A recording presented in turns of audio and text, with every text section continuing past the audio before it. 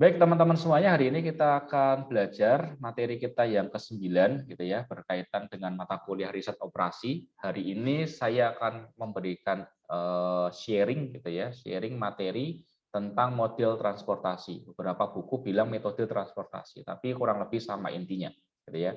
Jadi model transportasi. Nah, model transportasi ini nanti metodenya ya itu ada cukup banyak. Ada 3 metode yang seringkali dipakai untuk menyelesaikan model transportasi.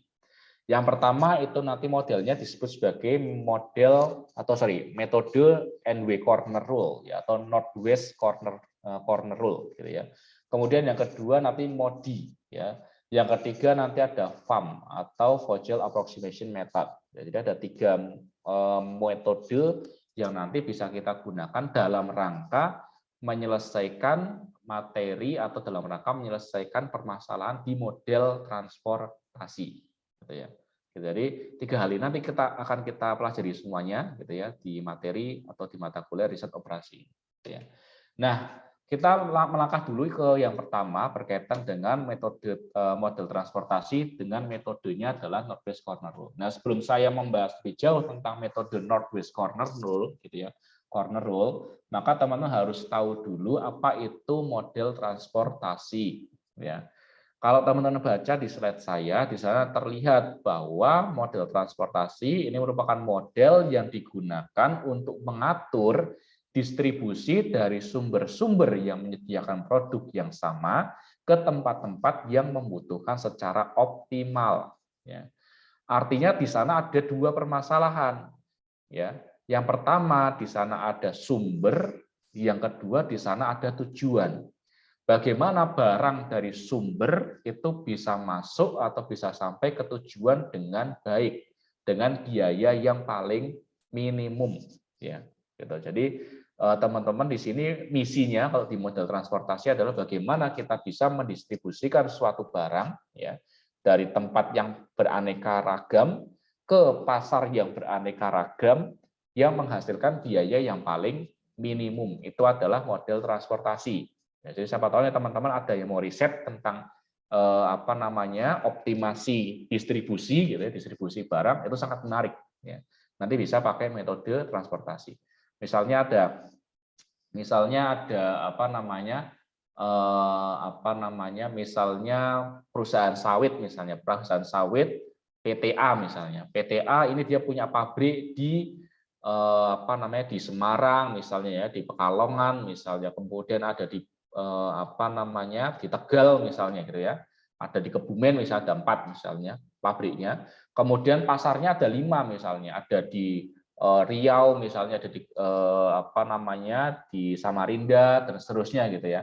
Nah, bagaimana supaya barang-barang yang dihasilkan dari pabrik tadi bisa sampai ke pasar yang tadi kita tuju, yang tadi kita targetkan dengan baik, gitu ya, yang menghasilkan biaya yang paling rendah tentunya, gitu ya. Nah, itu bagaimana caranya? Yaitu dengan metode transportasi. Ya. Ini penerapannya sangat banyak, teman-teman. Bagi teman-teman yang nanti mau fokus ke manajemen pemasaran ini juga sangat penting. Ya. Ini sangat penting. Misalnya bagaimana produk pertanian misalnya dari pasar Temanggungan, dari pasar mana lagi, dari Kebumen gitu ya, supaya sampai ke pasar-pasar yang langsung ke konsumen dengan baik misalnya.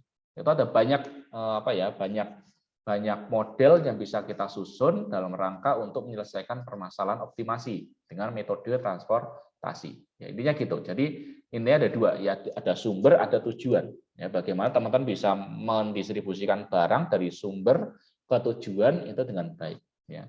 Ada titik produksi, ada titik konsumsi, gitu. Ada ada penawaran, ada permintaan. Gitu. Nah, itu adalah tujuan kita menggunakan model transportasi. Gitu ya. Nah, ini contohnya gitu ya. Contohnya misalnya suatu perusahaan yang mempunyai 3 buah pabrik di WHP, misalnya pabriknya ada di pabrik W, ada pabrik H, ada pabrik P, maksudnya gitu ya. Kemudian menghadapi masalah alokasi hasil produksinya dari pabrik ke gudang. Ya, jadi ada gudangnya, ada gudang A, B, C. Jadi ada 3 pabrik WHP, gudangnya ada A, B, C. Gudang ini mewakili permintaan, gitu ya, penjualan atau pemasarannya. Gitu. Jadi bagaimana supaya bisa dari WHP sampai ke ABC dengan baik yang menghasilkan biaya yang termurah. Itu adalah misi kita nanti untuk menggunakan metode Northwest Corner Rule atau modelnya model transportasi, gitu ya.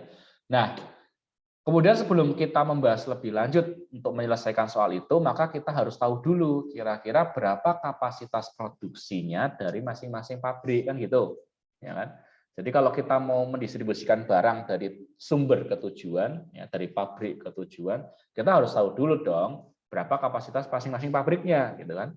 Tidak mungkin teman-teman bisa menghitung optimasinya kalau tidak tahu kapasitas produksinya, gitu. Ya, makanya kita harus tahu dulu kapasitas produksinya. Ini contohnya di sini diketahui bahwa pabrik WHP ini punya kapasitas produksi per bulan itu masing-masing 96 sama 50 ton, 90 ton, 60 ton sama 50 ton. Ya, sini ya. Pabrik W produksinya 90 ton per bulan, pabrik H produksinya 60 ton per bulan, kemudian pabrik P produksinya 50 ton per bulan. Kalau kita jumlahkan ketiga pabrik ini, itu bisa menghasilkan produksi sebesar 200 ton per bulan. Ya. Jadi ini yang harus kita ketahui dulu, ya harus tahu kapasitas produksinya. Ya. Nah, kemudian selain kapasitas produksi, kita juga harus tahu berapa kebutuhan gudangnya, gitu ya, atau berapa permintaannya, biasanya gitu. Ya, bahasa lainnya gitu. Berapa besar permintaannya. Ya. Tadi ada gudangnya ada 3, permintaannya ada 3 di gudang A, B, C. Ya. Nah, kita harus tahu permintaan di gudang A-nya berapa, permintaan di gudang B-nya berapa, permintaan di gudang C-nya berapa. Ya. Oh, ternyata di sini di soal diketahui bahwa gudang A ini kebutuhannya adalah sebesar 50 ton per bulan, ya, untuk produk ini. Kemudian yang B itu butuh 110 ton per bulan.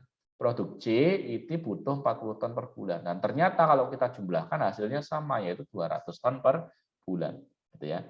Nah, ini contohnya. Jadi kita sudah tahu nih sekarang.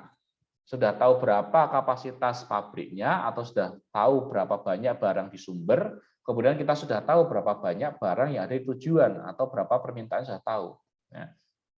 Langkah berikutnya kita harus tahu juga berapa biayanya di masing-masing pasar ke tujuan. Gitu ya.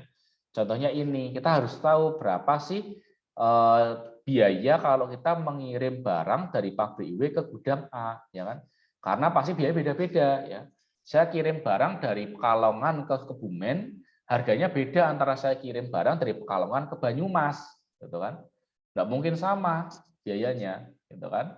Jadi ya mungkin sama. Kemudian demikian juga kalau saya mau mengirim barang ke luar Pulau Jawa misalnya, nggak bakal sama yang saya kirimkan di dalam atau di dalam Pulau Jawa, tidak akan sama.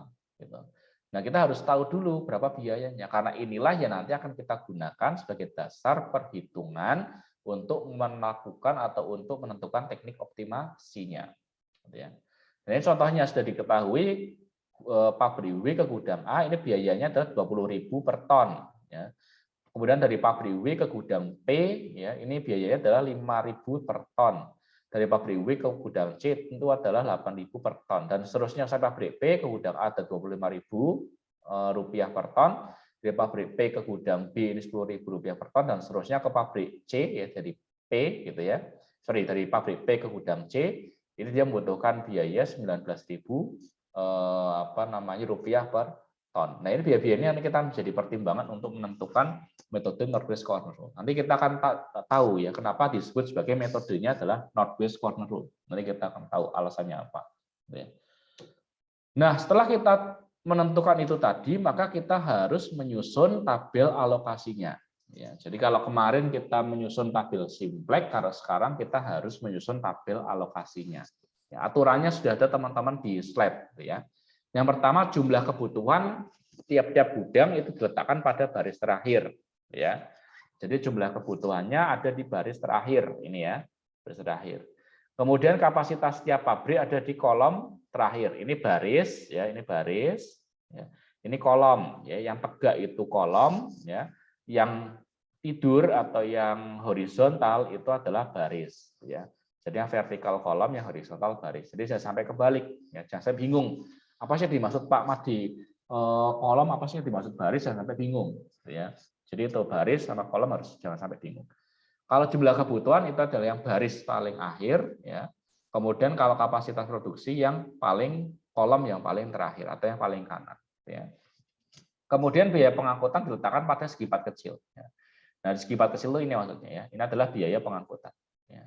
Segi empat kecil ada 20, 15, 25 dan seterusnya sampai 19 di biaya untuk dari pabrik P ke gudang C di 19. Ya. Nah ini jadi kemudian kita taruh sini 90, 60, 50 dari sini tadi dari yang atas ya dari kapasitas pabrik. Kemudian ini kebutuhan gudang 50, 110, 40. Kemudian kalau kita jumlahkan semuanya 200. Ya. Ini adalah tabel alokasinya. Teman harus menyusun dulu tabel alokasinya. Ya. Nah setelah selesai maka teman nanti bisa menentukan minimum fungsi tujuannya sama fungsi kendalanya sama cara menentukannya. Ya. Bagaimana fungsi tujuannya Pak? Fungsi tujuannya sama, tinggal dilihat di sini biayanya dikali sama kolom ini. Jadi ini saya bisa tuliskan X11, X12 dan seterusnya ya. Ini kan kalau ini kan memaknai baris koma kolom ya. Jadi kalau 11 berarti artinya adalah X baris pertama kolom pertama ya. Kemudian kalau X12 artinya bahwa X baris ke-1 ya, baris pertama kolom ke-2 ya. Kalau yang sini berarti sama X baris ke-1 yaitu baris W, kolom ke-3 yaitu C. Ya, dan seterusnya ini juga sama cara bacanya ya. X baris kedua ya, ini kan di baris kedua nih ya. Di sini di kolom 1 berarti A ya, di kolom A berarti adalah kolom 1 sehingga X21. Ini juga sama X22, X23 dan seterusnya sampai X33 ya. Ya sudah kita kalikan saja 20 dikalikan X11 juga boleh gitu ya. Atau kalau mau pakai simbol simbol ini juga boleh, simbol huruf simbol nama pabrik juga boleh. Misal di sini 20 X WA. WA itu berarti dari pabrik W ke gudang A, maksudnya gitu. Ya, X dari pabrik W ke gudang A.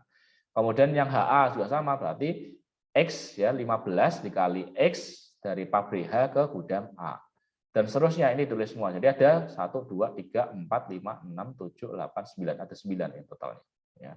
Ada 9 sampai sini sampai 19 XPC ya atau X33 juga boleh. Jadi teman boleh pakai simbol 11, 12, 13 dan seterusnya atau pakai simbol WA, WB, WC dan seterusnya juga boleh. Terserah teman-teman senyamannya teman-teman, tidak masalah. Kalau saya tidak pernah mempermasalahkan notasi ya.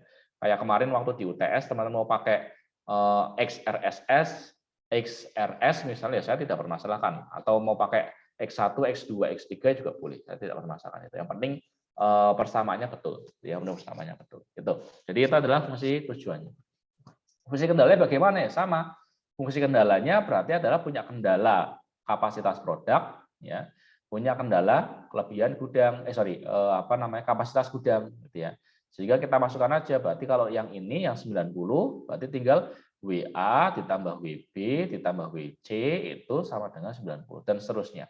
Ya, sampai yang bawah ya, sampai yang bawah berarti ini XWC ya, XWC berarti XWC berarti yang ini yang maksudnya. Kemudian di sini XHC ya, ini ya XHC. Kemudian yang bawah ini adalah XPC gitu ya. Ini adalah untuk kendala yang paling akhir. Jadi XWC ditambah XHC ditambah XPC itu sama dengan 40 gitu ya. Jadi itu adalah kendala sama tujuannya. Nah, bagaimana kita menggunakan metode Northwest Corner Rule gitu ya. Namanya juga Northwest ya. Kenapa disebut metodenya Northwest Corner Rule? Karena dia merujuk pada namanya ya, Northwest artinya barat laut gitu ya.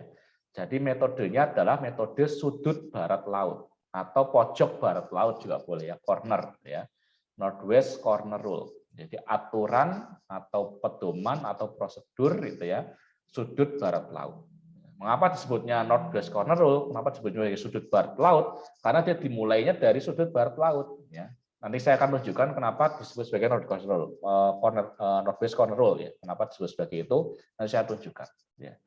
Nah ini adalah aturan-aturan yang teman-teman harus pahami. Mulai dari sudut kiri atas ya. Jadi dia selalu dimulai dari sudut kiri atas atau barat laut. Ya. Sudutnya adalah sudut barat laut. Sudut kiri atas ya. Atau dari X11 ya, dialokasikan sejumlah maksimum produk dengan melihat kapasitas pabrik dan kebutuhan gudang. Ya. Jadi selalu dimulai dari X11 untuk memulai optimasinya dengan memperhatikan berapa jumlah maksimum produk yang dimiliki oleh sumber dan berapa kapasitas atau permintaan dari si gudang tadi. Ya, itu.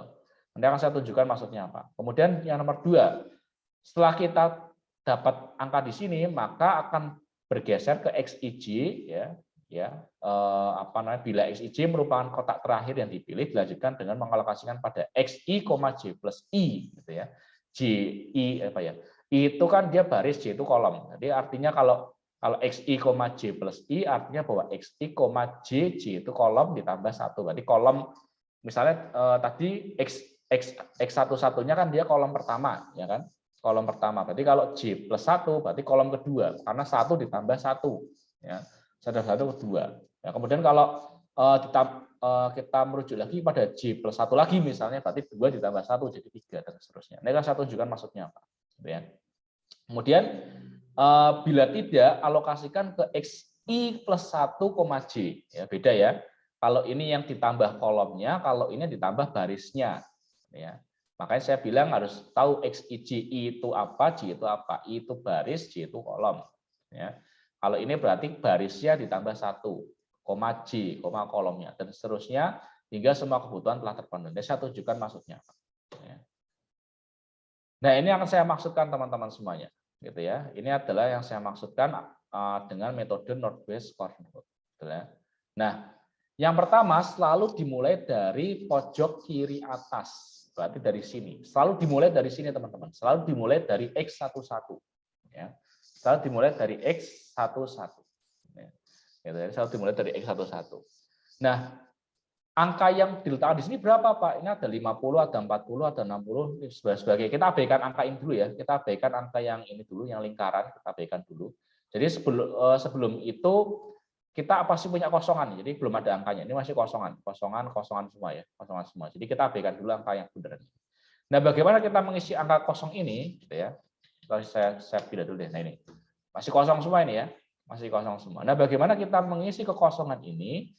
Ya, maka tadi kita menggunakan metode Northwest Corner Rule. Kita alokasikan dulu di sini dimulai dari X11. Ya, X11 di sini berarti. Ya. Dimulai dari X11 di sini. Ya. Berapa angka yang kita tulis di sini? Gitu ya. Ya, kita melihat berapa kebutuhan gudang dan berapa kapasitasnya. Ya. Oh, ternyata kebutuhan gudangnya 50, gitu ya. Kapasitasnya 90. Maka kita taruh di sini yang semaksimal mungkin bisa memenuhi kebutuhan gudang. Ya, saya lagi, kita isi angka di sini adalah yang semaksimal mungkin bisa bisa memenuhi kebutuhan gudang. Ya. Misalnya gudangnya 50, maka di sini 50. Kalau gudangnya 60 ya sini 60. Kalau gudang 70 ya, semaksimal mungkin. Gitu ya. Tapi ingat, tetap harus memperhatikan kapasitas pabriknya. Ya. Jangan sampai berlebih. Kalau di sininya 100, ya maka di sininya tetap 90 nanti. Ya. Gitu. Contohnya ini ya, ini kasusnya 50 sama 90. Berarti otomatis kan di sini kan 50 masih lebih kecil daripada 90, ya toh? 50 masih lebih kecil daripada 90. Sehingga kita bisa mengisi di sini semaksimal mungkin, ya. Berapa angkanya? Berarti 50, ya. Jadi 50 di sini kita ambil dari angka ini, kebutuhan gudang, ya. Jadi artinya bahwa gudang A ini bisa dipenuhi seluruhnya itu dari pabrik W, ya. Jadi pabrik W, ya. Gitu. Ini kalau angkanya 50, Pak, kalau 100 bagaimana, Pak? Di sini 100, di sini 90. Ya maka di sini tetap 90 nanti, ya. Di sini tetap 90. Jadi karena kapasitas pabriknya hanya 90, ya. Di sini 90. Kalau sini 90 berarti masih sisa 10 kan di sini, karena 100 kan tadi saya ubah 100 kan di sini, gitu ya. Berarti masih 10-10-nya kemana? Berarti harus dipenuhi dengan pabrik lainnya, berarti harus ke bawah, gitu ya. Harus ke bawah. Kalau misalnya sini saya ubah 100. Jadi 90 di sini 10, gitu ya. Jadi kalau pabriknya tidak bisa memenuhi kebutuhan, maka ke bawah gesernya, ya, gesernya ke bawah. Tetapi kalau gudangnya ini ternyata lebih kecil, ya, lebih besar misalnya kebutuhan daripada pabriknya, maka nanti dia kalau kapasitas pabriknya lebih besar daripada gudangnya, maka dia ke kiri, gitu ya. Jadi saya ulangi, kalau kapasitas pabriknya ya ini lebih besar daripada kapasitas daripada kebutuhan gudangnya, gitu, atau sumbernya lebih besar daripada tujuannya, gitu ya, maka nanti akan geser ke kanan. Ya. Tetapi kalau sebaliknya, kalau tujuannya lebih besar daripada sumbernya, maka dia akan geser ke bawah. Ya, jadi itu. Jadi intinya ngepas-ngepaski aja kalau di metode Northwest Corner Rule, gitu ya. Gitu. Nah, kembali ke sini. Di sini 50, di sini 90 kapasitasnya. Berarti kita bisa kasih di sini angka yang semaksimum mungkin, yaitu 50. Ya. Nah, kita sudah pakai 50 nih. Pabrik W produksinya sudah kita pakai 50 untuk memenuhi gudang A. Ya. Maka masih ada sisa 40, ya kan? 90 dikurangi 50, masih ada sisa 40. 40-nya otomatis akan kita gunakan untuk memenuhi kebutuhan di gudang B. Ya. Maka kita tulis sini 40. Ya. 50 ditambah 40 lengkap 90. Berarti di sini pabrik W sudah tidak bisa lagi dipakai untuk memenuhi gudang-gudang yang lain. Ya. Tidak bisa memenuhi gudang C, tidak bisa memenuhi kebutuhan B 100%. Ya. Nah, di sini kan B-nya masih 40, ya. Padahal kebutuhannya 110, masih kurang toh, ya kan? Masih kurang. Sedangkan A dia mentok, pabrik W dia mentok hanya bisa memberikan 40 unit aja, ya 40 unit, ya. Padahal dia kebutuhan di B itu 110, masih kurang. Ya kan? Nah, kita penuhi dari mana ya? Kayak tadi yang saya bilang, kita penuhi ke bawah, ke pabrik yang lain. Ya. Makanya kita geser ke pabrik H. Ya. Kita geser ke pabrik H. Ya. Berapa kita meletakkan unit di pabrik H? Ya. Pabrik H ini kita letakkan ya semaksimal mungkin yang bisa dipenuhi oleh pabrik H. Ya. Karena pabrik H ini bisa memenuhinya cuma 60, ya maka kita tulis 60. Gitu ya. 60 gitu. Nah, ini adalah metodenya seperti ini gitu ya. Nah, kita cek lagi 40 ditambah 60 masih 100 ya kan. Kebutuhannya 110, masih kurang nih gudang B ya kan. Gudang B masih kurang. Dipenuhi dari mana lagi? Dari P otomatis ya kan. Dari P. Berapa? 10 ya, dipenuhi 10 ya. Nah, kalau kita jumlahkan 40, 60, 10 jadilah 110 lengkap ya. Jadi gudang A sudah terpenuhi 50, gudang B sudah terpenuhi 110. Ya. Tapi masih ada gudang C yang belum. Ya. Sedangkan pabrik P ini masih ada sisa 40 ya, 50 dikurangi 10, masih ada 40. Ya. Nah, otomatis berarti gudang C ini kita penuhi dengan cara menggunakan produksi dari pabrik P 40. Ya. Nah, inilah disebut sebagai metode Northwest Corner Rule. Selalu dimulai dari sudut barat laut, dari northwest ya, dari northwest corner gitu ya. Jadi selalu dimulai dari sini. Kemudian bisa geser ke kanan, bisa geser ke kiri, tergantung soalnya ya. Besar yang mana antara kapasitas produk atau kebutuhannya ya. Besar mana antara sumber atau tujuannya. Ya, ini sumber ya, pabrik itu sumber, kemudian gudang ini ada tujuan. Ya, jadi bergantung itu. Jadi dia bisa ke kanan, bisa ke bawah. Kalau ke kanan kasusnya tadi ya, sumbernya itu lebih besar daripada tujuannya. Tapi kalau tujuannya lebih besar daripada sumbernya, dia pasti ke bawah ini. Dia pasti ke bawah, tidak mungkin ke samping. Ya. Karena dipenuhi oleh pabrik yang lain. Kalau kurang dipenuhi oleh pabrik yang lain. Ya. Jadi gitu. Nah, bagaimana titik optimumnya, Pak? Titik optimumnya tinggal kita lihat unitnya. Ini kan unit nih. Ya. Ini kan tonnya ya, tonasenya. Tadi ya 50 ton, ini 50 ton, 40 ton, 60 ton, 10 ton, 40 ton. Tinggal kita kalikan unit barangnya dikali dengan biayanya. Berarti sini 50 dikali 20, 40 dikali 5, 60 dikali 20, 10 dikali 10, 40 dikali 19. Ya.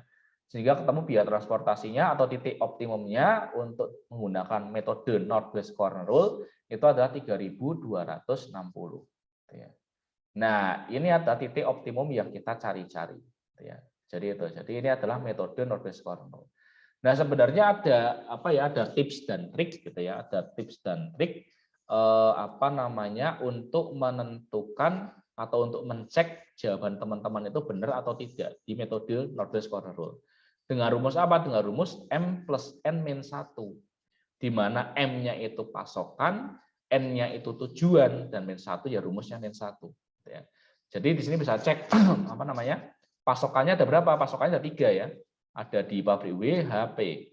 Kemudian tujuannya ada 3. Tujuannya adalah gudang A, gudang B, gudang C. Sehingga kalau kita masukkan rumus 3 ditambah 3 min 1, hasilnya 5. Ya, jadi titiknya itu pasti ada 5 nanti teman-teman. Ya, 1, 2, 3, 4, 5. Pasti itu. Ya, jadi pasti. Jadi kalau teman-teman nanti menghitung titiknya ada misalnya ya, pabriknya ada 3, tujuannya ada 3, ternyata titik-titiknya tadi ada 5, ada 6 misalnya, berarti ada yang keliru pasti. Ya, ada yang keliru. Karena tadi kalau kita masukkan rumus ketemunya 5, artinya titik-titiknya ada 5. 1, 2, 3, 4, 5. Ada di 50, 40, 60, 10, sama 40. Ya. Jadi itu. Jadi ini adalah metode Northwest Corner Rule. Gitu ya. Nah, sampai sini apakah ada yang mau ditanyakan dulu? Oh ya, nanti sebelum masuk ke pertanyaan, karena ini masih recording, gitu ya, saya lanjutkan dulu. Nah, nanti di sini ada tugas teman-teman, nanti bisa dicek apa namanya, jawabannya, atau bisa dikumpulkan jawabannya di e-learning, gitu ya.